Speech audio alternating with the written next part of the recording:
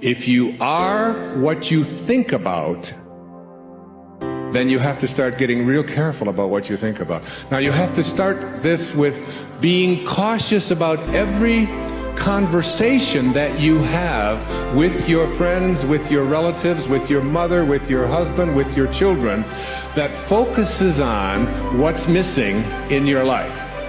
Because if you want to attract something into your life, something good, something grand, something godlike, something prosperous, something of well-being, health, whatever it might be, if you want to attract that into your life, but you're talking about what's missing and thinking about what's missing, and you understand that what you think about is what expands, you will continue to expand more of what's missing, and you'll continue to attract what's missing in your life.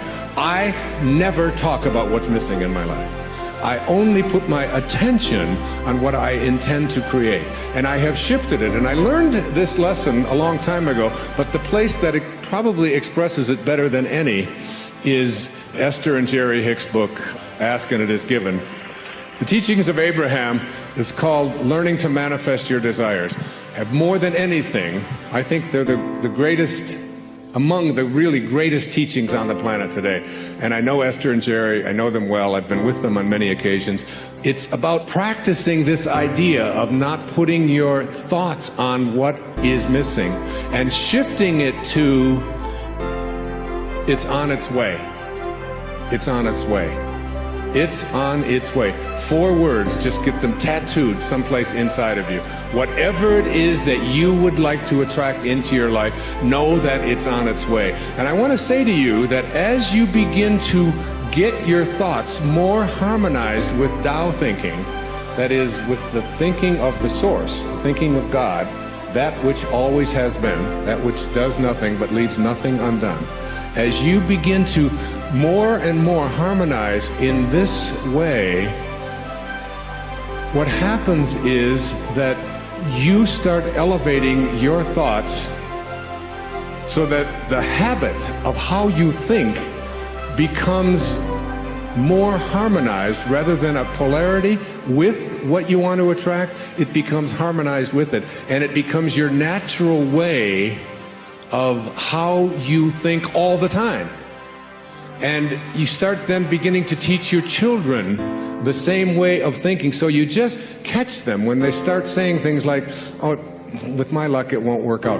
Why have any of us ever learned to say, with my luck, and having it mean things aren't going to work out? Why wouldn't you say, and just have it as your habit, with my luck, it'll probably show up faster than it normally does? Why not have that kind of a way? Because here's what happens. As you begin to shift the way that you think and have an anticipation that this thing is going to work out for you, you can only act upon your thoughts. And as you get these higher and higher thoughts, what happens is that the thought is now more aligned with what it is you want to attract, and then you start acting upon that thought. And as you start acting upon the thought that it will work out, that it's probably on its way, you start to see how this whole system all works. In other words, call it the universe, whatever you want, begins to conspire with you.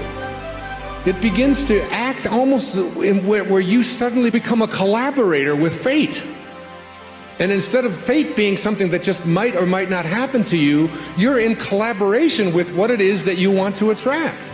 I mean, ask any physician, there's physicians here today, ask them about something called the will to live.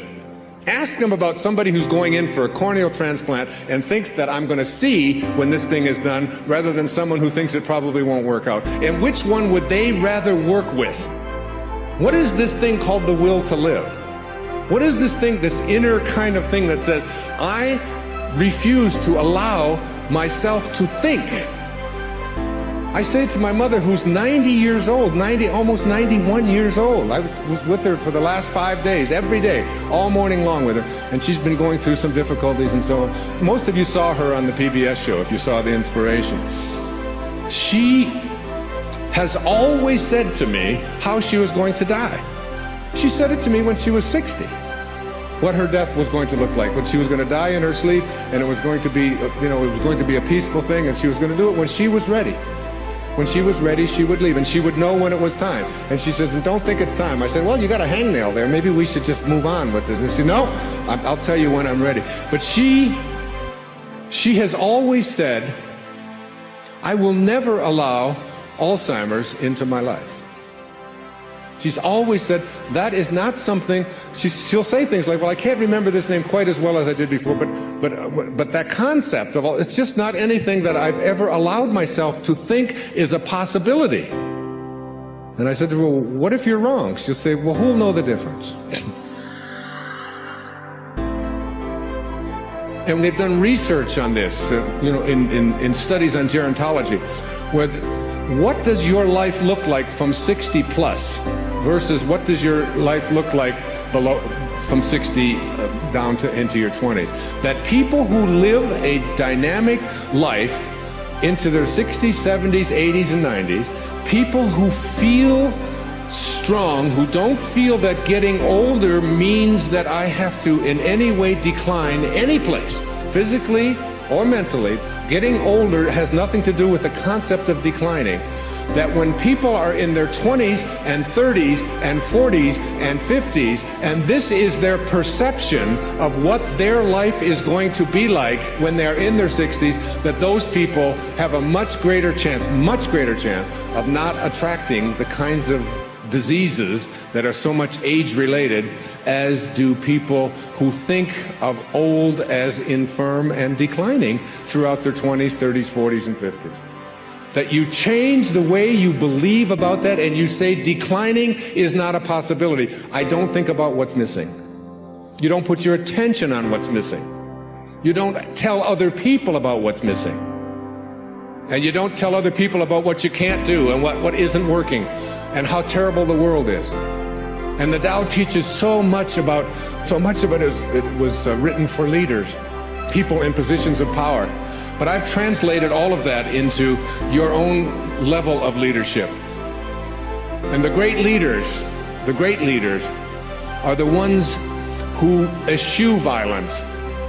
You have got to get yourself to a place where you don't allow yourself to have violent thoughts come into your consciousness. That means you got to watch the movies you're watching. That means the games that your children are playing, video games, have got to be monitored and removed when they have violence built into them. It means that you don't watch the news and you don't read the stories, endlessly reaffirming what a terrible place this world is. It is not a terrible place. It's a perfect place. It's a beautiful place. There are just some leaders who are connected to Tao and others who are not. And we can create the kind of world that we want to create when enough of us begin to say, not part of my consciousness. Nope, I don't buy gossip. No, I don't buy violence. No, I don't have anything to do with that. And you just turn the channel, you turn it off. I pick up a Time magazine when I get on a flight and I go through and I say, I won't read the stories that involve killing. I won't read this. I don't need to hear any more about any more people blowing themselves up. I don't need to continue to have that as a part of my consciousness because I want to be someone who radiates out God-realized thinking. That's what I want to do. And I can't do that if I'm constantly being imbued with that. So I just go through the pages, and usually I say, oh, just threw away another $4.95. There's nothing in it to read. Every once in a while, good story about maybe Tiger Woods or something, but by and large, there's not much in there. And you don't have to fill yourself with that kind of energy. So you don't put your thoughts on what's missing. You don't put your thoughts on what always has been. You don't put your thoughts on what others want for you, unless you want more of what others want for you to continue to show up into your life.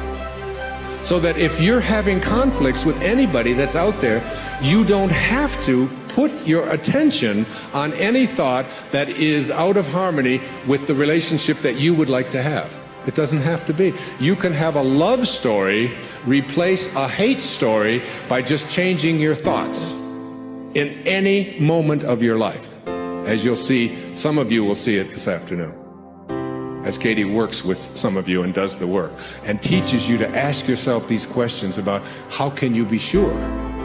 How can you be sure that that thought is true?